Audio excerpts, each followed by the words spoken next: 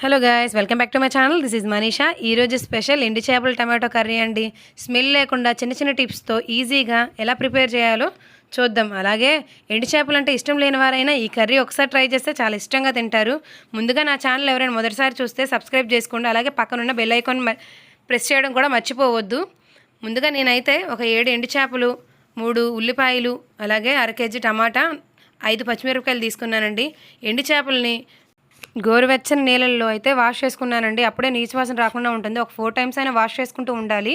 ఇలా తెలుపుదనం పోయేంత వరకు పైన చూసారా క్లీన్గా వాష్ అయినాయి. ఇలా 4 గంటల నూనె అయితే వేసుకున్నాను. మీడియం ఫ్లేమ్లో గోల్డ్ కలర్ వచ్చేంత వరకు అయితే ఫ్రై చేసుకున్నానండి.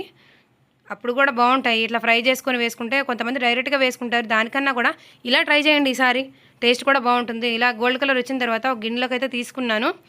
అదే ఆయిల్లోకి మనం ఇందాక కట్ చేసి పెట్టుకున్న ఆనియన్స్ కూడా ఉన్నాయి కదండి, ఇవి కూడా ఫ్రై అవ్వనివ్వాలి.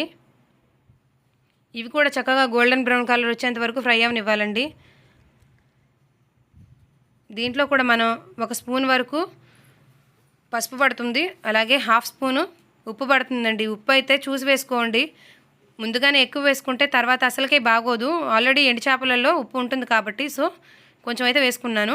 కట్ చేసి పెట్టుకున్న టమాటాలను అయితే ఇలా స్మాష్ అయితే చేసుకుంటున్నానండి నేను. ఎందుకంటే తొందరగా ఉడుకుతూ ఉంటాయి కాబట్టి, లేకపోతే కొంచెం లేట్ పడుతుంది. అట్లా ఇష్టం లేని వాళ్ళైనా డైరెక్ట్గా ఇలా ఫ్రై అయిన తర్వాత ఆనియన్స్ దాంట్లో టమాటాలు వేసుకోవచ్చు. ఈ టమాటాలు కూడా బాగా మగ్గిపోవాలండి. నీళ్ళంతా మగ్గిపోయి పైన నూనెంతా వచ్చేంత వరకు ఫ్రై అవనివ్వాలి. ఇలా ఒక 10 నిమిషాలకు మూత తీసుకుంటూ తిప్పుకుంటూ ఉండాలండి. టమాటాలు చక్కగా మగ్గిపోయినాయి, అలాగే ఆయిల్ కూడా పైకి వస్తుంది చూసారు కదా, అట్లాగా ఫ్రై అవ్వాలి.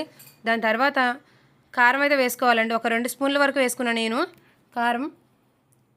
ఇవైతే 7 ఎండు చేపలకి క్లీన్ చేసుకున్న తర్వాత బాగానే సరిపోతుంది, కరెక్ట్గానే ఉంటుంది కారం. దాంట్లోకి ఒక 2 గ్లాసులు వాటర్ అయితే పోసుకున్నాను.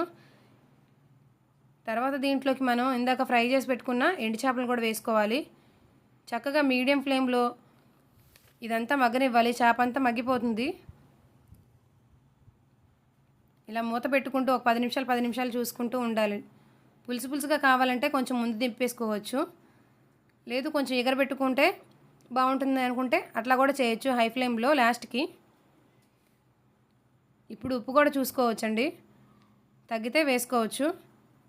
అంతేనండి, సింపుల్గా టేస్టీగా ఉండే ఈ ఎండి చేపలు టమాటా కర్రీ చాలా అంటే చాలా బాగుంటుందండి.